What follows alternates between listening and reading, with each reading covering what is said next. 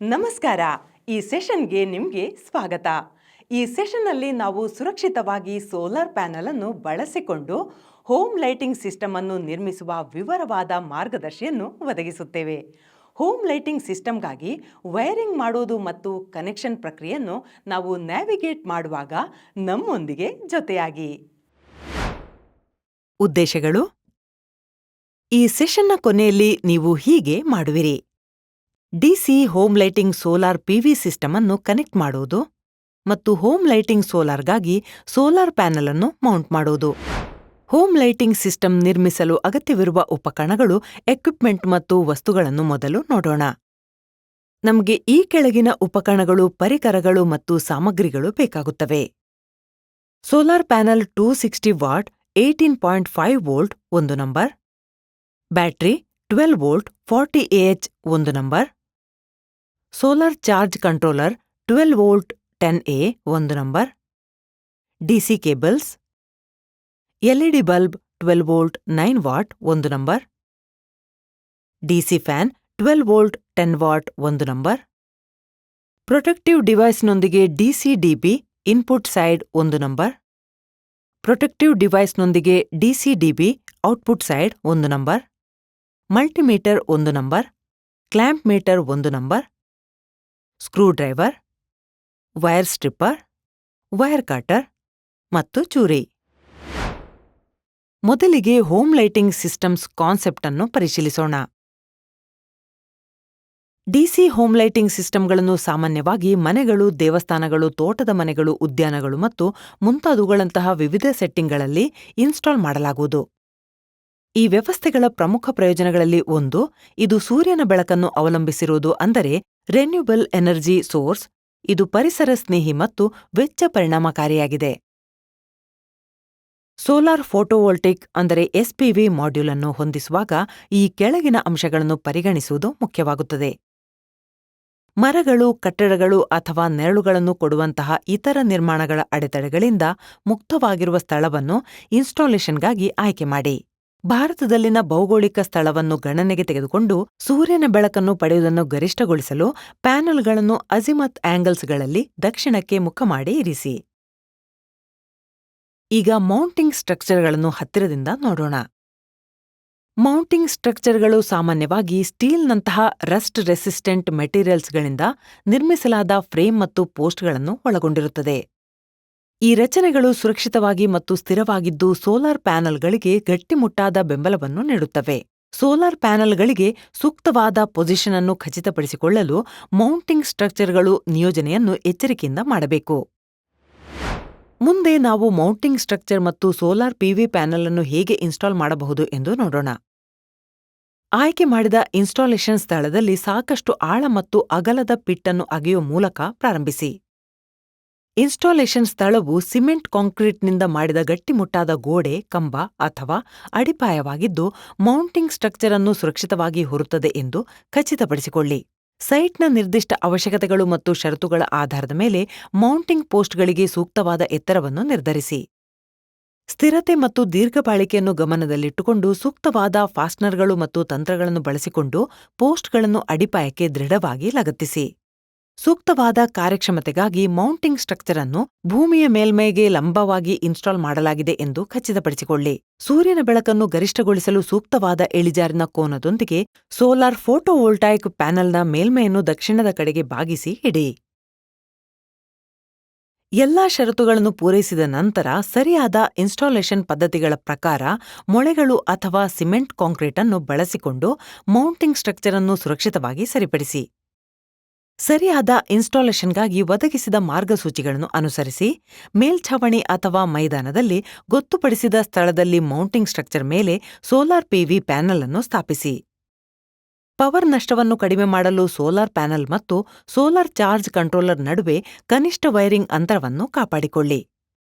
Power balanced ವಿತರಣೆಯನ್ನು ಉತ್ತೇಜಿಸಲು solar charge ಕಂಟ್ರೋಲರ್ನಿಂದ ಎಲ್ಲಾ ಲೋಡ್ಗಳಿಗೆ ಕಡಿಮೆ ವೈರಿಂಗ್ ಉದ್ದವನ್ನು ನೀಡಿ ವಿವಿಧ ಲೋಡ್ಗಳಿಗೆ ಪ್ರತ್ಯೇಕ ಸ್ವಿಚ್ಗಳನ್ನು ಅಳವಡಿಸಿ. ಒಟ್ಟಾರೆ ಸಿಸ್ಟಮ್ ಪರ್ಫಾರ್ಮೆನ್ಸ್ ಅನ್ನು ಅತ್ಯುತ್ತಮವಾಗಿಸಲು ಬ್ಯಾಟರಿಯ ಕಡಿಮೆ ವೈರಿಂಗ್ ಡಿಸ್ಟೆನ್ಸ್ಗೆ ಆದ್ಯತೆ ನೀಡಿ. ಎಸ್ಸಿಸಿಯ ಸೂಕ್ತ ಟರ್ಮಿನಲ್ಗಳಿಗೆ ಲೋಡ್ಗಳ ಪಾಸಿಟಿವ್ ಮತ್ತು ನೆಗೆಟಿವ್ ವೈರ್ಗಳನ್ನು ಕನೆಕ್ಟ್ ಮಾಡಿ. ಬ್ಯಾಟರಿಯ ವೋಲ್ಟೇಜ್ ಉತ್ತಮವಾಗಿ ಕಾರ್ಯನಿರ್ವಹಿಸುತ್ತಿದೆ ಎಂದು ಪರೀಕ್ಷಿಸಲು ಮಲ್ಟಿಮೀಟರ್ ಅನ್ನು ಬಳಸಿಕೊಂಡು ಬ್ಯಾಟರಿಯ ವೋಲ್ಟೇಜ್ ಅನ್ನು ಪರಿಶೀಲಿಸಿ. 2 ವೈರ್ಗಳನ್ನು ಸ್ಟ್ರಿಪ್ ಮಾಡಿ ಮತ್ತು ವೈರ್ನ ಒಂದು ತುದಿಗೆ ಲಗ್ ಅನ್ನು ಕ್ರಿಂಪ್ ಮಾಡಿ. ರೆಡ್ ವೈರ್ ಅನ್ನು ಪಾಸಿಟಿವ್ ಟರ್ಮಿನಲ್ಗೆ ಮತ್ತು ಬ್ಲ್ಯಾಕ್ ವೈರ್ ಅನ್ನು ನೆಗೆಟಿವ್ ಟರ್ಮಿನಲ್ಗೆ ಕನೆಕ್ಟ್ ಮಾಡಿ.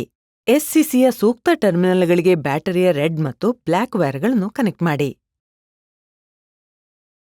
ಮಲ್ಟಿಮೀಟರ್ ಬಳಸಿ ಸೋಲಾರ್ ಪ್ಯಾನೆಲ್ ವೋಲ್ಟೇಜ್ ಅನ್ನು ಪರಿಶೀಲಿಸಿ. ಸೋಲಾರ್ ಪ್ಯಾನೆಲ್ನ ರೆಡ್ ಮತ್ತು ಬ್ಲ್ಯಾಕ್ ವೈರ್ಗಳನ್ನು ಎಸ್ಸಿಸಿಯ ಸೂಕ್ತ ಟರ್ಮಿನಲ್ಗಳಿಗೆ ಕನೆಕ್ಟ್ ಮಾಡಿ. ಎಸ್ಸಿಸಿಯನ್ನು ಆನ್ ಮಾಡಿ ಮತ್ತು ಪ್ರತ್ಯೇಕ ಸ್ವಿಚ್ಗಳನ್ನು ಆನ್ ಮಾಡುವ ಮೂಲಕ ಲೋಡ್ಗಳನ್ನು ಪರಿಶೀಲಿಸಿ. ಮುಂದೆ ಪರಿಣಾಮಕಾರಿ ಹೋಮ್ ಲೈಟಿಂಗ್ ಸಿಸ್ಟಮ್ ಅನ್ನು ರಚಿಸಲು ನಾವು ಎಲ್ಲಾ ಕಾಂಪೊನೆಂಟ್ಸ್ಗಳನ್ನು ಹೇಗೆ ಜೋಡಿಸಬಹುದು ಎಂಬುದನ್ನು ನೋಡೋಣ. ಸ್ವಲ್ಪ ಸಮಯ ತೆಗೆದುಕೊಂಡು ಒದಗಿಸಿದ ವೈರಿಂಗ್ ಡಯಾಗ್ರಾಮ್ ಅನ್ನು ಪರಿಶೀಲಿಸಿ.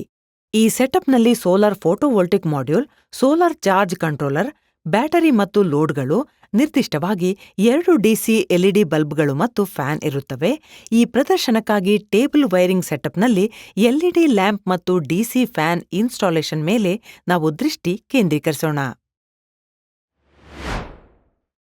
ಎಸ್ಪಿವಿ ಮಾಡ್ಯೂಲ್ನ ಸರಿಯಾದ ಸ್ಥಾನವನ್ನು ಖಚಿತಪಡಿಸಿಕೊಳ್ಳುವುದು ಅತ್ಯಗತ್ಯ ಹಂತವಾಗಿದೆ. ಎಸ್ಪಿವಿ ಮಾಡ್ಯೂಲ್ ಅನ್ನು ಬ್ಯಾಟರಿ ಮತ್ತು ಚಾರ್ಜ್ ಕಂಟ್ರೋಲರ್ನ ಬಳಿ ಇರಿಸಲು ಶಿಫಾರಸು ಮಾಡಲಾಗಿದೆ. ಎಸ್ಪಿವಿ ಮಾಡ್ಯೂಲ್ ಅನ್ನು ಸ್ಥಿರವಾದ ರಚನೆ ಮೇಲೆ ಸುರಕ್ಷಿತವಾಗಿ ಮೌಂಟ್ ಮಾಡಿ. ಸೂರ್ಯನ ಬೆಳಕನ್ನು ಅತ್ಯುತ್ತಮವಾಗಿಸಲು ಎಸ್ಪಿವಿ ಮಾಡ್ಯೂಲ್ನ ಓರೆ ಮತ್ತು ನೆಲೆಯನ್ನು ಹೊಂದಿಸಿ. ಸುರಕ್ಷತಾ ಸಲಹೆ: ಬೀಳುವ ಅಥವಾ ಅಪಘಾತಗಳ ಅಪಾಯವಿಲ್ಲದೆ ಇನ್ಸ್ಟಾಲೇಷನ್ ಸೈಟ್ ಸುರಕ್ಷಿತವಾಗಿದೆ ಎಂದು ಖಚಿತಪಡಿಸಿಕೊಳ್ಳಿ.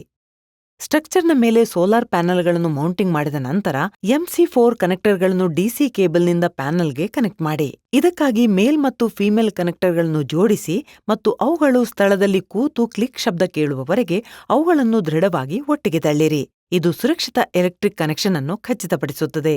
ಈಗ ನಾವು ಸೋಲಾರ್ ಪಿವಿ ಮಾಡ್ಯೂಲ್ನಿಂದ ಡಿಸಿ ಕೇಬಲ್ ಅನ್ನು ಡಿಸಿ ವಿತರಣಾ ಮಂಡಳಿಯ ಇನ್ಪುಟ್ಗೆ ತರುತ್ತಿದ್ದೇವೆ. ಸೋಲಾರ್ ಪಿವಿ ಮಾಡ್ಯೂಲ್ನಿಂದ ಡಿಸಿ ಡಿಸ್ಟ್ರಿಬ್ಯೂಷನ್ ಬೋರ್ಡ್ ಸ್ಥಳಕ್ಕೆ ಡಿಸಿ ಕೇಬಲ್ ಅನ್ನು ಚಾಲನೆ ಮಾಡುವ ಮೂಲಕ ಪ್ರಾರಂಭಿಸಿ. ಕೇಬಲ್ ಅನ್ನು ಸುರಕ್ಷಿತವಾಗಿ ಜೋಡಿಸಲಾಗಿದೆ ಮತ್ತು ಅದರ ಮಾರ್ಗದಲ್ಲಿ ಯಾವುದೇ ಸಂಭಾವ್ಯ ಹಾನಿ ಅಥವಾ ಅಪಾಯಗಳಿಲ್ಲವೆಂದು ಖಚಿತಪಡಿಸಿಕೊಳ್ಳಿ. ಶಾಖದ ಯಾವುದೇ ಮೂಲಗಳು, ಚೂಪಾದ ಅಂಚುಗಳು ಅಥವಾ ಹಾನಿಯ ಇತರ ಸಂಭಾವ್ಯ ಮೂಲಗಳಿಂದ ಕೇಬಲ್ ಅನ್ನು ದೂರವಿರಿಸಿ. ಮುಂದೆ ನಾವು ಡಿಸಿ ಕೇಬಲ್ಗಳನ್ನು ಡಿಸಿ-ಡಿಬಿ ಇನ್ಪುಟ್ ರಕ್ಷಣಾ ಸಾಧನಕ್ಕೆ ಕನೆಕ್ಟ್ ಮಾಡುತ್ತೇವೆ. ಯಾವುದೇ ಕನೆಕ್ಷನ್ಗಳನ್ನು ಮಾಡುವ ಮೊದಲು ಯಾವುದೇ ಎಲೆಕ್ಟ್ರಿಕ್ ಅಪಾಯಗಳನ್ನು ತಡೆಗಟ್ಟಲು ಡಿಸಿ-ಡಿಬಿ ಸ್ವಿಚ್ ಆಫ್ ಸ್ಥಾನದಲ್ಲಿದೆ ಎಂದು ಪರಿಶೀಲಿಸಿ. ತಯಾರಕರ ಸೂಚನೆಗಳನ್ನು ಅನುಸರಿಸಿ ಮತ್ತು ಸರಿಯಾದ ಪೊಲಾರಿಟಿಯನ್ನು ಗಮನಿಸುತ್ತಾ ಸೋಲಾರ್ ಪಿವಿ ಮಾಡ್ಯೂಲ್ನಿಂದ ಡಿಸಿ ಕೇಬಲ್ಗಳನ್ನು ಡಿಸಿ-ಡಿಬಿ ಪ್ರೊಟೆಕ್ಟಿವ್ ಡಿವೈಸ್ನ ಇನ್ಪುಟ್ ಟರ್ಮಿನಲ್ಗಳಿಗೆ ಕನೆಕ್ಟ್ ಮಾಡಿ. ಕನೆಕ್ಷನ್ಗಳು ಬಿಗಿಯಾಗಿ ಮತ್ತು ಸುರಕ್ಷಿತವಾಗಿವೆ ಎಂದು ಖಚಿತಪಡಿಸಿಕೊಳ್ಳಿ ಮತ್ತು ಕೇಬಲ್ಗಳು ಅಥವಾ ಟರ್ಮಿನಲ್ಗಳಲ್ಲಿ ಹಾನಿ ಅಥವಾ ಸವೆತವಿಲ್ಲವೆಂದು 2 ಬಾರಿ ಪರಿಶೀಲಿಸಿ. ಈಗ ನಾವು ಡಿಸಿ-ಡಿಬಿಯ ಔಟ್ಪುಟ್ ಟರ್ಮಿನಲ್ಗಳನ್ನು ಡಿಸಿ ಕೇಬಲ್ಗಳೊಂದಿಗೆ ಎಸ್ಸಿಸಿಯ ಸೋಲಾರ್ ಪಿವಿ ಟರ್ಮಿನಲ್ಗಳಿಗೆ ಕನೆಕ್ಟ್ ಮಾಡಲು ಮುಂದುವರಿಯುತ್ತೇವೆ. ಮತ್ತೊಮ್ಮೆ ಸಿಸ್ಟಮ್ನ ಸರಿಯಾದ ಆಪರೇಷನ್ ಅನ್ನು ಮಾಡುತ್ತದೆ ಎಂದು ಖಚಿತಪಡಿಸಿಕೊಳ್ಳಲು ಈ ಕನೆಕ್ಷನ್ಗಳನ್ನು ಮಾಡುವಾಗ ಸರಿಯಾದ ಪೊಲಾರಿಟಿಯನ್ನು ಗಮನಿಸಿ.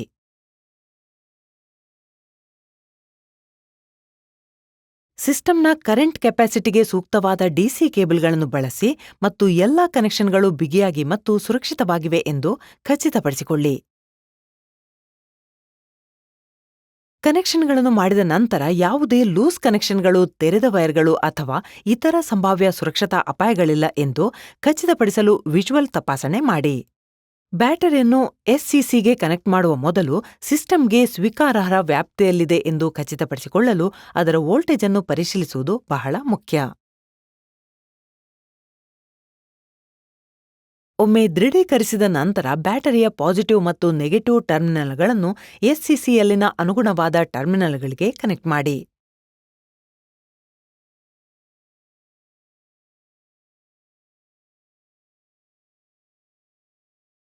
ಸರಿಯಾದ ಪೊಲಾರಿಟಿಯನ್ನು ಗಮನಿಸುವುದರ ಮೂಲಕ ಡಿಸಿ ಕೇಬಲ್ಗಳೊಂದಿಗೆ ಔಟ್ಪುಟ್ ಡಿಸಿ-ಡಿಬಿನ ಇನ್ಪುಟ್ ಟರ್ಮಿನಲ್ಗಳಿಗೆ ಎಸ್ಸಿಸಿಯಲ್ಲಿನ ಲೋಡ್ ಟರ್ಮಿನಲ್ಗಳನ್ನು ಕನೆಕ್ಟ್ ಮಾಡಿ.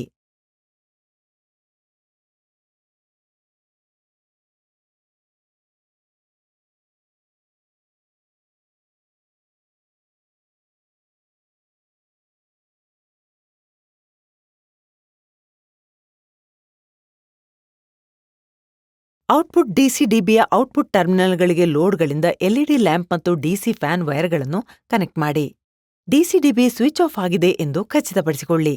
ಸುರಕ್ಷತಾ ಸಲಹೆ: ಡಿಸಿ-ಡಿಬಿಯ ಔಟ್ಪುಟ್ ಸ್ವಿಚ್ಗಳು ಆಫ್ ಸ್ಥಿತಿಯಲ್ಲಿವೆ ಎಂದು ಖಚಿತಪಡಿಸಿಕೊಳ್ಳಿ ಮತ್ತು ಎಸ್ಸಿಸಿಯಲ್ಲಿನ ಟರ್ಮಿನಲ್ಗಳಿಗೆ ದೃಢವಾದ ವೈರ್ ಕನೆಕ್ಷನ್ಗಳನ್ನು ಖಚಿತಪಡಿಸಿಕೊಳ್ಳಿ. ವೈರ್ ಸ್ಟ್ಯಾಂಡ್ಗಳು ಹೊರಗೆ ಚಾಚಿಕೊಂಡಿಲ್ಲ ಎಂದು ಖಚಿತಪಡಿಸಿಕೊಳ್ಳಿ. ಯಾವುದೇ ಸಂಭಾವ್ಯ ಹಾನಿಯನ್ನು ತಪ್ಪಿಸಲು ವೈರಿಂಗ್ ಸರಿಯಾದ ಪೊಲಾರಿಟಿಗೆ ಹೊಂದಿಕೆಯಾಗುತ್ತದೆ ಎಂದು 2 ಬಾರಿ ಪರಿಶೀಲಿಸುವುದು ಅತ್ಯಗತ್ಯ.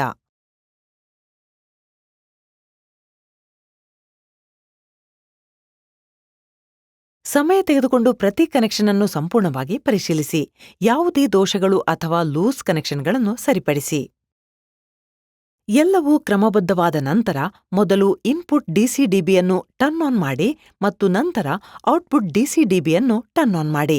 ಡಿಸಿ-ಡಿಬಿ ಔಟ್ಪುಟ್ ಪ್ರೊಟೆಕ್ಟಿವ್ ಡಿವೈಸ್ ಅನ್ನು ಬಳಸಿಕೊಂಡು ಪ್ರತಿ ಲೋಡನ್ನು ಪ್ರತ್ಯೇಕವಾಗಿ ಪರಿಶೀಲಿಸಿ. ಸರಿಯಾದ ಕಾರ್ಯಾಚರಣೆಯನ್ನು ಖಚಿತಪಡಿಸಿಕೊಳ್ಳಲು ಸೋಲಾರ್ ಮತ್ತು ಬ್ಯಾಟರಿ ಕೇಬಲ್ಗಳ ಮೂಲಕ ಹರಿಯುವ ಕರೆಂಟ್ ಮತ್ತು ವೋಲ್ಟೇಜ್ಗಳನ್ನು ಪರಿಶೀಲಿಸಿ. ರಾತ್ರಿಯ ಸಮಯದಲ್ಲಿ ಎಸ್ಸಿಸಿ ಲೋಡ್ಗಳನ್ನು ಪವರ್ ಮಾಡಲು ಬ್ಯಾಟರಿಯನ್ನು ಬಳಸುತ್ತದೆ ಎಂಬುದನ್ನು ದಯವಿಟ್ಟು ಗಮನಿಸಿ. ಬೇರೆ ರೀತಿಯಲ್ಲಿ ಹೇಳುವುದಾದರೆ, ಇನ್ಪುಟ್ ಡಿಸಿ-ಡಿಬಿ ಆಫ್ ಆಗಿದ್ದರೆ ಮತ್ತು ಔಟ್ಪುಟ್ ಡಿಸಿ-ಡಿಬಿ ಆನ್ ಆಗಿದ್ದರೆ ಲೋಡ್ಗಳು ಇನ್ನೂ ಆನ್ ಆಗಿರ್ತವೆ.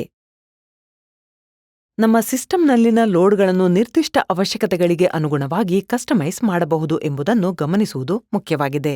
ಇದು ವಿವಿಧ ಲೈಟಿಂಗ್ ಅಗತ್ಯಗಳನ್ನು ಪೂರೈಸುವಲ್ಲಿ ಸರಳತೆ ಮತ್ತು ವೈವಿಧ್ಯವನ್ನು ಕೊಡುತ್ತದೆ.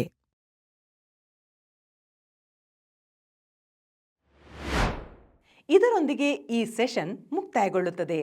ಈ ಸೆಷನ್ನಲ್ಲಿ ಕಲಿತ ಅಂಶಗಳು: DC home lighting solar PV system ಅನ್ನು ಕನೆಕ್ಟ್ ಮಾಡುವುದು ಮತ್ತು ಹೋಮ್ ಲೈಟಿಂಗ್ ಸೋಲಾರ್ಗಾಗಿ ಸೋಲಾರ್ ಪ್ಯಾನೆಲ್ ಅನ್ನು ಮೌಂಟ್ ಮಾಡುವುದು.